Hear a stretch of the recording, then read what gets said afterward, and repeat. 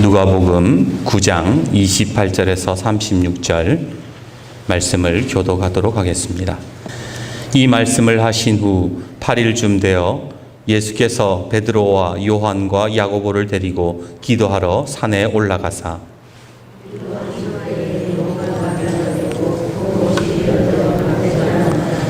문득 두 사람이 예수와 함께 말하니 이는 모세와 엘리야라.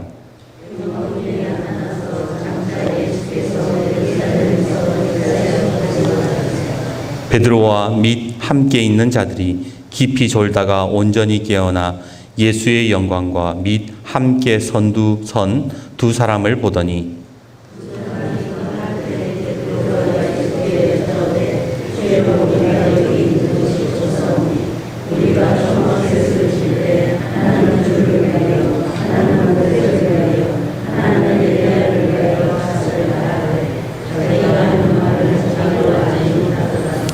이 말 할 즈음에 구름이 와서 그들을 덮는지라. 구름 속으로 들어갈 때에 그들이 무서워하더니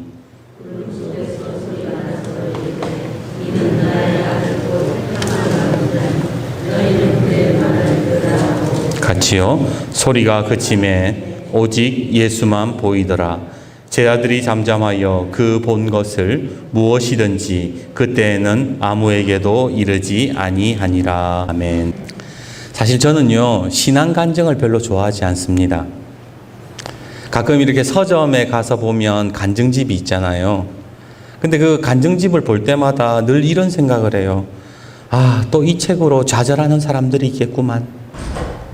그도 그럴 것이 간증집이라는 것이 대부분이 뭡니까? 성공 스토리입니다. 성공 이야기입니다. 기도하는 가운데에 죽을 병이 하루아침에 나와서 엑스레이를 본 의사가 깜짝 놀랐습니다. 뭐 대부분 간증집에 그런 내용이 있잖아요. 사업이 망해 온 가족이 거리로 내앉았습니다. 그런데 어느 날 말씀 붙들고 순종했더니 연간 몇백억 매출을 올리는 회사의 사장이 되었습니다. 어디서 들어보지 않았습니까? 이런 간증을 들으면서 사람들은 희망을 품잖아요. 나도 기도하면 이렇게 될 수 있을 거라고. 하지만 그런 기대는 얼마 가지 않아서 좌계감으로 바뀌게 될 겁니다. 왜냐하면 자기에게는 그런 기적이 일어나지 않기 때문이지요. 생각해 보세요. 모두가 흔하게 경험할 수 있는 이야기라면 굳이 책으로 나왔을까요? 밥 먹기 전에 기도했는데 소화가 참 잘 되었습니다. 그걸로 간증하는 사람 있습니까? 책으로 나온다라는 것은 그만큼 희박하고 희귀하고 특별하기 때문에 나온 거예요. 대한민국 국민 중에 한두 명 정도 될까 말까라는 겁니다. 바꾸어 말하면 기적은, 우리가 바라는 기적은 거의 일어나지 않더라는 거예요. 그래서 극소수 간증들이 어떨 때는 마치 그 사람만 하나님의 특권을 누리는 것 같아서 그게 마치 자랑질하는 것 같이 느껴지기도 하고, 혹시 믿음이 연약한 성도들에게 헛된 희망을 심어주는 것만 같아서 간증을 별로 좋아하지 않았던 겁니다. 그런데 그런 저희의 부정적인 마음을 한 방에 지워버린 책 하나가 있었습니다. 그게 뭐냐면 김병년 목사님이 쓴 난 당신이 좋아라는 간증집이지요. 2005년 8월에 수요 예배를 마치고 예배당을 정리하는데 이 목사님 전화기 음성 메시지함에 메시지 한 통이 들어와 있습니다. 형부, 이거 듣는 즉시 빨리 연락 주세요. 지금 언니가 병원 응급실에 있어요. 그 메시지는 목사님의 인생을 완전히 바꾸어 놓았습니다. 셋째를 낳은 아내가 젖을 먹이다가 뇌경색으로 그만 쓰러져 버린 것이지요. 수술을 위한 보호자 동의 사인을 하며 목사님은 하나님께 이렇게 절규했습니다. 하나님, 보호자는 제가 아니라 하나님이십니다. 어떻게 좀 제발 해주십시오. 그 목사님의 간절한 기도를 하나님께서 들어주셨을까요? 수술은 성공적이었지만 끝내 아내는 식물인간이 되고 말았습니다. 뇌만 멀쩡하게 살아서 눈꺼풀과 두 손가락 정도 움직이는 그런 손가락으로 의사소통을 평생 해야 됐어요. 엎친 데 덮친 격으로 얼마 뒤 아내가 누워있던 전기장판에 누전이 나서 이 불이 나서 아내 다리도 한 짝 잘라내어야 되었지요. 하나님께 눈물로 매달려도 뭐 하나 달라지는 것이 없었습니다. 특별한 기적도 일어나지 않았습니다. 생활은 점점 궁핍해져 가고 목회는 고통스러웠고 목사님은 모든 꿈을 접어야 됐습니다. 그런데 목사님이 이 간증 집에서 뭐라고 이야기를 하는가? 코피를 쏟을 정도로 몸은 말할 수 없이 피곤하지만 마음만은 행복합니다. 하나님이 주신 선물인 아내와 새 아이, 그리고 교회를 사랑하며 하나님이 허락하신 삶을 살고 하나님께서 허락하신 기업을 돌보는 즐거움을 누리고 있습니다. 오늘도 새벽에 일어나서 그분 앞에 아내와 함께 나아갑니다. 아내 곁에서 그분의 이름을 부르며 기도합니다. 예수님, 참 행복합니다. 책을 덮는데 눈물이 핑 도는 거예요. 인생의 성공만이 간증이 되는 이 세상에서 나는 예수님 한 분만으로, 나는 하나님 한 분만으로 행복하다고 말할 수 있는 인생, 그렇게 고백하는 인생, 어떠한 상황 속에서도 나는 하나님과 동행하며 주어진 자리에서 감사를 올려드릴 수 있는 그 믿음의 간증이 너무도 귀해서 눈물이 났던 것이지요. 오늘 저와 여러분은 어떻습니까? 예수님 때문에 고난 가운데서도 하나님 한 분만으로 행복하다고 그렇게 고백하면서 우리는 그런 간증을 하면서 살고 있습니까? 오늘 본문에 예수님께서는 베드로와 야고보, 요한 세 제자를 데리고 산으로 올라가셨습니다. 산에 올라간 지 얼마나 되었을까요? 제자들은 피곤함을 이기지 못해 꾸벅꾸벅 졸기 시작했습니다. 그런데 순간 제자들의 눈이 휘둥그레질 만큼 놀라운 광경들이 그의 앞에 일어나기 시작했습니다. 갑자기 예수님의 몸에서 광채가 나기 시작하더니 예수님 양옆으로 모세와 엘리야가 나타나서 이 세 사람이서 이야기를 하는 게 아닙니까? 그들이 대체 어느 시대 사람인데요? 그 사람들은 구약시대 사람들입니다. 그런데 모세와 엘리야를 얼굴을 본 적이 없는데 제자들은 도대체 어떻게 이들이 모세와 엘리야라는 것을 알았을까요? 여하튼 처음 겪는 그 황홀경에 베드로는 예수님에게 이렇게 고백을 합니다. 주님, 여기가 너무 좋습니다. 그냥 초막셋을 짓고 그냥 여기서 살면 안 될까요? 하지만 그런 베드로의 마음을 아는지 모르는지 예수님은 제자들에게 이렇게 말씀하십니다. 오늘 본문과 같은 마가복음 9장 9절의 말씀입니다. 그들이 산에서 내려올 때에 예수께서 경고하시되 인자가 죽은 자 가운데서 살아날 때까지 본 것을 아무에게도 이르지 말라. 무슨 말입니까? 쉽게 말해서 예수님은 여기에서 살자라는 베드로의 말을 들은 채 만 채 산으로 내려가시다가 갑자기 베드로와 야고보, 요한 세 명을 불러 세워놓고는 이랬다는 거예요. 니들이 지금 본 거 간증하지 마. 아무 말도 하지 마라는 거예요. 아니, 왜 이렇게 놀랍고 황홀한 기적을, 이런 경험을 아무에게도 말하지 말라고 하는 걸까요? 얼마나 놀라운 경험인데, 얼마나 그것이 내 인생에서 큰 자랑거리인데 왜 예수님은 간증하지 말아라고 말씀하셨던 걸까요? 그 이유가 바로 33절에 있습니다. 오늘 본문 33절 말씀을 같이 한번 읽어보겠습니다. 33절 같이 읽겠습니다. 시작. 주여, 우리가 여기 있는 것이 좋사오니 우리가 초막셋을 짓되 하나는 주를 위하여, 하나는 모세를 위하여, 하나는 엘리야를 위하여 하사이다 하되 자기가 하는 말을 자기도 알지 못하더라. 자기가 하는 말을 자기도 알지 못하더라. 이 말이 뭔지 아십니까? 다시 말해서 지금 이 변화산의 기적의 의미를 몰랐다라는 거예요. 왜 지금 예수님의 모습이 변화가 되고 왜 모세와 엘리야가 예수님 곁에 서서 나타난지 베드로는 몰랐다라는 겁니다. 그냥 그 광경만 보고 너무 좋다 보니까 여기서 살자고 했다라는 거예요. 그런데 하나님 말씀인 성경은 뭐라 그래요? 그 자기가 한 말을 자기도 몰랐다라는 거예요. 오늘 본문 31절 한번 보십시오. 모세와 엘리야가 왜 나타나는지를 말씀합니다. 31절입니다. 시작. 영광 중에 나타나서 장차 예수께서 예루살렘에서 별세하실 것을 말할세. 지금 모세와 엘리야가 나타난 이유는요, 예수님이 어떻게 십자가를 지실 것인가, 어떻게 이 땅에 예루살렘에서 하나님의 그 영광을 이루어 가실 것인가, 거기에 대해서 이야기하려고 나타난 거예요. 그냥 초막새 찌으라고, 여기에서 황홀건 경험하라고, 기적 경험하라고 나타나신 게 아니더라는 겁니다. 그런데 베드로는 십자가와, 예수님의 십자가와는 전혀 상관없이 무슨 이야기합니까? 초막새. 여기에 이 은혜들을 기념합시다. 나는 여기에서 은혜 누리고 살겠습니다. 그렇게 이야기했다라는 거예요. 예전에 한번 말씀드렸습니다. 두레교회 김진홍 목사님이 이 두레교회에서 사역하실 때에 마을에 한 여자가 찾아와서 목사님에게 기도 부탁을 간절히 하지요. 목사님, 우리 남편이요 죽을 병에 걸렸는데 제발 기도 좀 해주세요.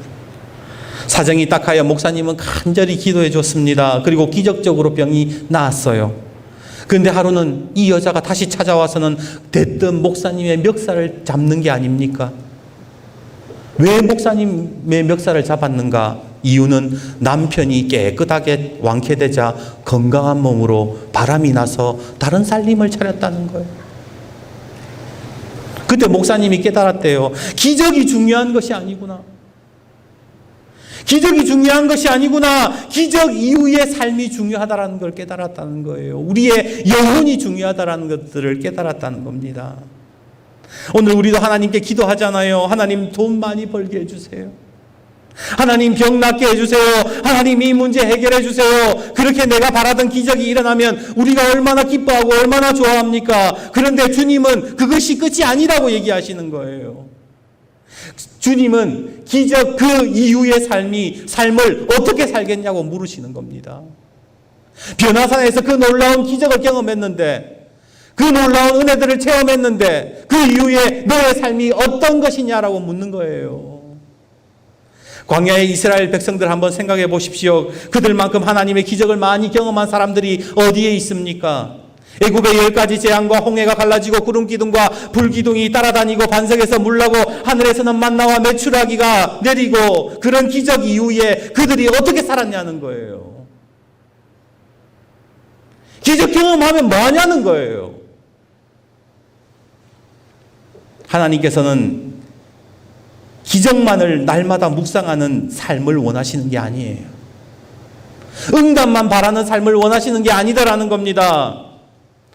워싱턴 한인교회를 목회하는 김영복 목사님이 그런 이야기를 해요. 응답만을 바라는 우리들의 기도에 대해서, 아이들이 산타크로스를 좋아하는 건 선물 때문이지 산타 자체를 기다리는 것이 아니듯이 오늘 우리도 그렇게 기도하고 있더라는 거예요. 예수님의 얼굴을 구하고 예수님 닮아서 예수님 따르는 삶을 살기를 원하는 게 아니라 예수님이 응답해 주시는 삶, 내 욕구를 채워주시는 그 삶을 추구하면서 살아가는 것이 오늘 우리의 기도가 아닌가라고 지적을 하더라는 겁니다. 오늘 본문을 보십시오. 모세와 엘리야를 보고 예수님의 모습이 변모되는 놀라운 기적을 경험했습니다. 놀라운 경험입니다. 그런데 그걸로 끝나야 되는가? 아니라는 거예요. 주님께서 요구하시는 삶은 뭐냐? 바로 산 아래로 내려가서 예수님과 함께 십자가를 지는 겁니다. 한 목사님이 우스갯소리로 그런 얘기한 적이 있습니다. 교회가 커지면 초막셋을 짓는다. 무슨 말일까요? 교회가 커지면요, 교회가 재정이 많아지면요, 첫 번째 초막 본당을 키운대요. 교회가 또 커지면 그 다음에 뭐 하는지 아세요? 교육관을 키운대요. 교육관이 커지면 뭐 하는지 아세요? 수양관 만든대요. 그것이 오늘 한국교회의 초막셋이라는 겁니다. 교회가 커질수록, 교회가 하나님의 은혜를 경험할수록 교회가 해야 되는 일이 뭡니까? 바로 이 땅에 내려와서, 이 세상의 산에서 내려와서 하나님의 은혜를 나누고 하나님의 복음을 전하고 가난한 자들과 병든 자들과 함께 예수님과 동행하면서 십자가 지는 삶을 주님께서는 원하고 계시는데 우리는 자꾸만 초막셋을 짓고 싶어 하더라는 거예요. 당연히 성도 많아지면 예배당 키워야겠지요. 교육관 세우는 것 뭐 그렇게 나쁜 게 아닙니다. 그 많은 인원 수련회 가려면 수양관도 필요한 게 맞잖아요. 그런데 그거는 우선순위가 아니라는 거예요. 그렇게 하는 것이 잘못되었다라는 것이 아니라 변화산에서 은혜를 경험하고 그 은혜를 기념하는 것, 그것이 잘못되었다는 것이 아니라 우선순위가 아니라는 거예요.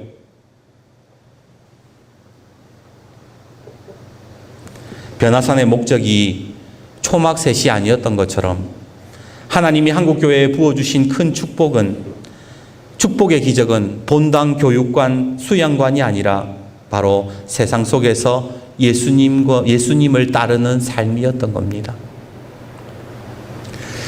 오늘 광복 감사주의를 맞이하여서 말씀을 이렇게 준비하다가 초막셋에 머무르지 않았던 한 목사님을 알게 되었습니다. 이 목사님의 성함이 바로 강문호 목사님이신데 주보 앞면에 있지요. 왼쪽을 보시면 목사님의 얼굴 사진이고 그 옆에가 당시 시무하셨던 제주도에 있는 한림교회 예배당입니다. 이 강문호 목사님은 1898년에 유교 가정에서 태어나셨습니다. 그 당시 다른 목회자들도 그랬던 것처럼 목회의 여정이 참 가족들의 반대로 그렇게 순탄하지만은 않았습니다. 1914년 예수를 믿기 시작한 목사님은 가족들의 반대를 무릅쓰고 선교사님들이 운영하는 군산 영명학교에 입학하게 되는데 이때에 3.1 운동이 일어나게 됩니다. 당시 한강 이남으로는 군산에서 만세운동이 처음 시작되었다고 이야기하는데 목사님도 이 시위에 이제 만세운동에 동참을 하게 된 것이지요. 일본 순사들의 살벌한 감시망을 뚫고 그 3.1 운동을 한 이후에 목사님은 탈출했지만 같은 반 친구들과 선생님들이 붙잡혀 재판을 받게 됩니다.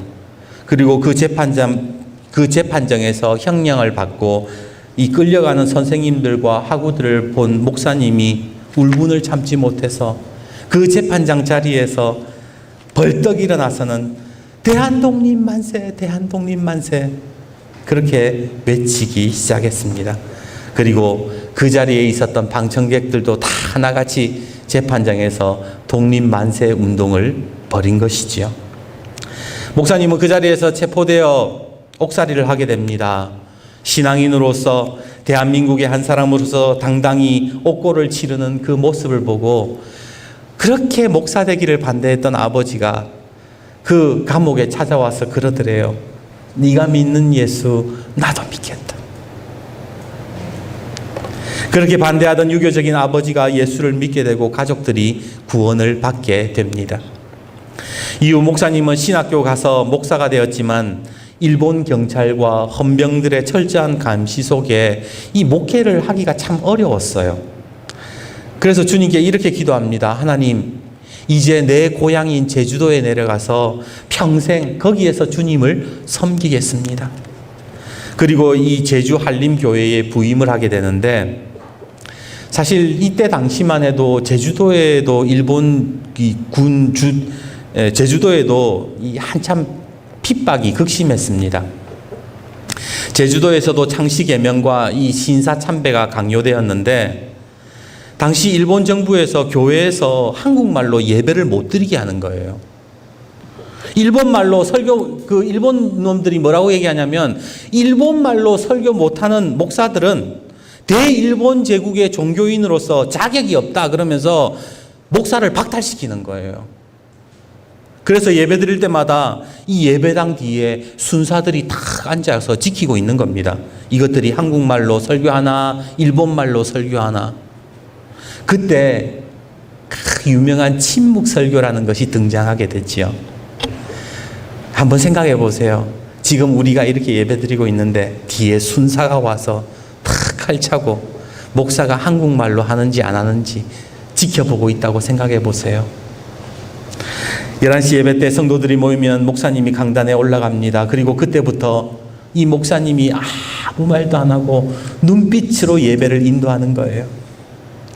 예배 전에 그 전날에 성도들과 서로 주고받으면서 알려주었던 찬송가 가지고 목사님이 눈 한번 이렇게 찡긋하면 찬송가 펴가지고 다 앉아서 그 찬송가로 마음속으로 찬송가 부르고, 그 전에 미리 나누어졌던 성경 본문으로 다 같이 말씀을 읽은 다음에 성도들이 다 같이 목사님의 눈을 쳐다보는 거예요.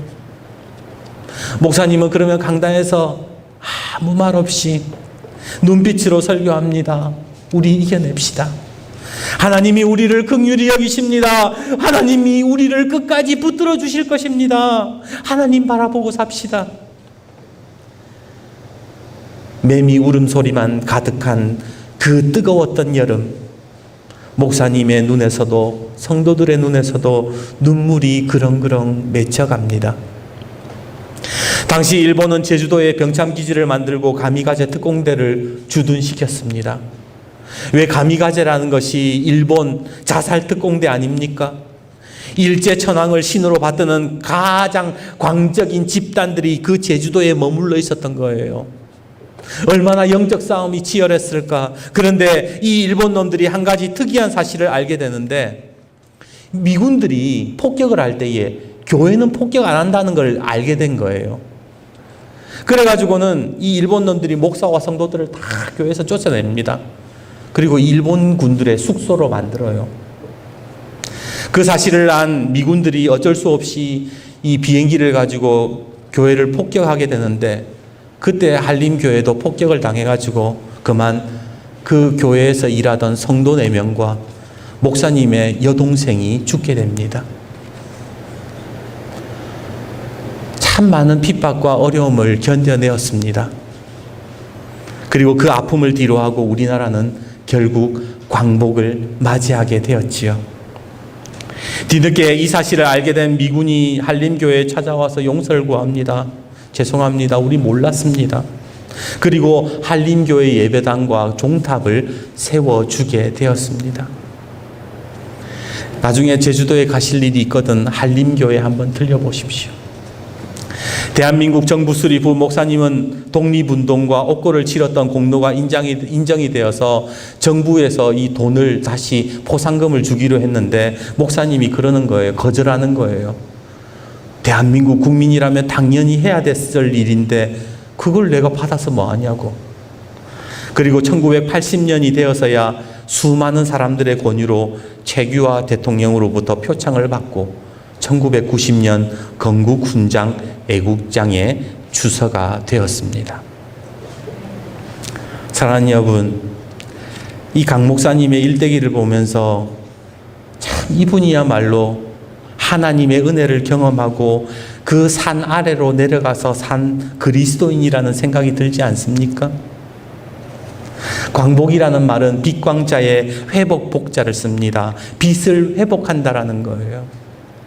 오늘 이 광복 기념 감사주일 날 우리가 광복을 누린다라는 것이 뭡니까?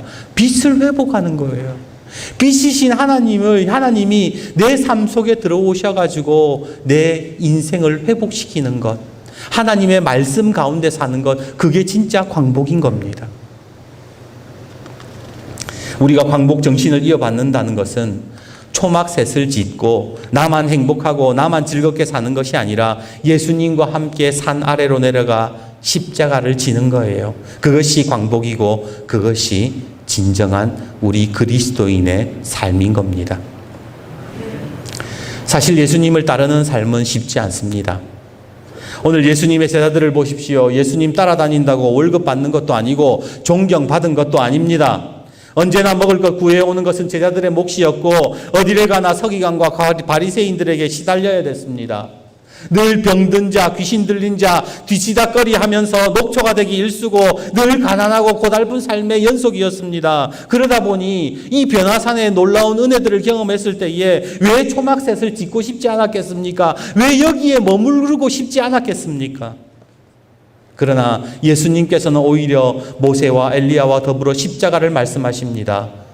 왜 십자가를 져야 되는가? 그것은 바로 고난 없는 영광이 없고 십자가 없는 영광이 없기 때문입니다. 로마서 8장 17절과 18절, 자녀이면 하나님의 자녀이면 또한 상속자, 곧 하나님의 상속자요 그리스도와 함께한 상속자니 우리가 그와 함께 영광을 받기 위하여 고난도 함께 받아야 할 것이니라. 생각하건대 현재의 고난은 장차 우리에게 나타날 영광과 비교할 수 없도다. 예수님을 따르는 자는 초막셋에 머무르는 것이 아니라 예수님과 함께 십자가를 져야 된다. 주님은 그렇게 말씀하셨습니다. 사실 막상 우리는 십자가 져야 된다라는 것도 알지만 고난받아야 된다 그러면 두려운 마음이 앞서는 게 사실입니다. 그렇잖아요. 생각해보면 나는 십자가 질 수 있을 만큼 믿음도 없는 것 같고 용기도 없는 것 같고 아까 처음에 말씀드렸던 그 김병년 목사님처럼 그렇게 나는 고백할 수도 없을 것 같고 오늘 이 강문호 목사님처럼 정말로 이 영적인 싸움을 치열하게 해나가면서 살 수 있을까라는 의문도 들어요. 하지만 하나님께서는 우리에게 뭐라고 말씀하시는가? 감당할 수 있다라고 말씀하십니다. 35절 36절 말씀 우리 같이 한번 읽어봅시다. 시작. 구름 속에서 소리가 나서 이르되 이는 나의 아들 곧 택함을 받은 자니 너희는 그의 말을 들으라 하고 소리가 그침에 오직 예수만 보이더라. 제자들이 잠잠하여 그 본 것을 무엇이든지 그때에는 아무에게도 이르지 아니하니라. 고난의 십자가를 두려워하는 우리에게 예수님께서 딱 한 말씀 하세요. 뭐라고 말씀하시는가? 그의 말을 들으라. 한번 따라해 봅시다. 그의 말을 들으라. 예수님의 말씀을 듣는다는 게 뭡니까? 순종한다는 거예요. 예수님을 따라간다라는 거예요. 많은 분들이요, 신앙의 목적이 뭐냐 그러면 예수님을 닮는 것이라고 이야기합니다. 예, 맞아요. 예수님 닮아가는 것이 우리의 목적입니다. 그런데 예수님을 닮으려면 어떻게 해야 되냐는 거예요. 예수님 어떻게 해서 닮을 수 있죠? 성경에 보면요, 예수님은 나를 따르라 라고 하셨지 나를 닮아라 라고 하시지 않았어요. 왠지 아세요? 예수님을 따라갈 수 있어야 예수님을 닮을 수 있기 때문입니다. 그래서요, 우리가 진짜 예수님을 닮으려면 그냥 예수님 따라가면 되는 거예요. 나는 좀 부족해도, 내가 가진 것 없어도, 내가 좀 연약해도 예수님이 가셨던 그 길 따라가면 우리는 예수님을 닮을 수 있는 거예요. 그래서 예수님이 산 아래로 가자 그러면 산 아래로 가면 되는 거예요. 예수님이 거기에서 누군가를 섬겨라, 누군가를 도와라, 도우면 되는 거예요. 예수님 따라가다 보면 우리는 예수님 닮아가는 겁니다. 초막셋에 머무른 고난 없는 인생, 십자가 지지 않으려는 인생에는 결코 예수님을 닮을 수가 없답니다. 넘어지고 실패하고 부서져도 예수님 따라가기 시작하면 예수님만 보이고 예수님만 보이기 시작하면 예수님을 따라 견딜 힘과 이겨낼 힘을 얻게 되고 예수님 따라가다 보면 결국 예수님을 닮게 되는 것입니다. 이제 말씀을 맺겠습니다. 참 고된 삶에도 예수님 한 분만으로 행복하다고 말했던 김병년 목사님, 가장 캄캄하고 어두운 시대에도 빛이신 예수님 바라보면서 광복을 맞이하신 강문호 목사님, 이 두 분들의 공통점이 뭘까요? 바로 예수님의 말씀을 들었다는 데 있습니다. 그래서 오늘 설교 제목이 뭡니까? 하늘에서 소리가 나서 그의 말을 들으라예요. 오늘 하나님께서 제자들에게 하신 말씀, 예수님, 이 예수님 그리스도는 내가 택한 자니 그의 말을 들으라. 오늘 이 말씀이 저와 여러분에게 어떻게 다가오십니까? 오늘 예수님의 말씀을 듣고 예수님을 따라가시는 우리 성도님들이 되시기를 주님의 이름으로 축복합니다. 그래서 우리는 이 광복을 맞이하는 2020년 광복을 맞이하는 이 시점에 또다시 예수님을 따라가서 우리 믿음의 선배들이, 믿음의 선진들이 아름답게 광복을 이어갔던 것처럼 우리 또한 빛을 회복하며 이 세상에서 광복을 맞이하는 귀한 은혜가 있기를 주님의 이름으로 축복합니다.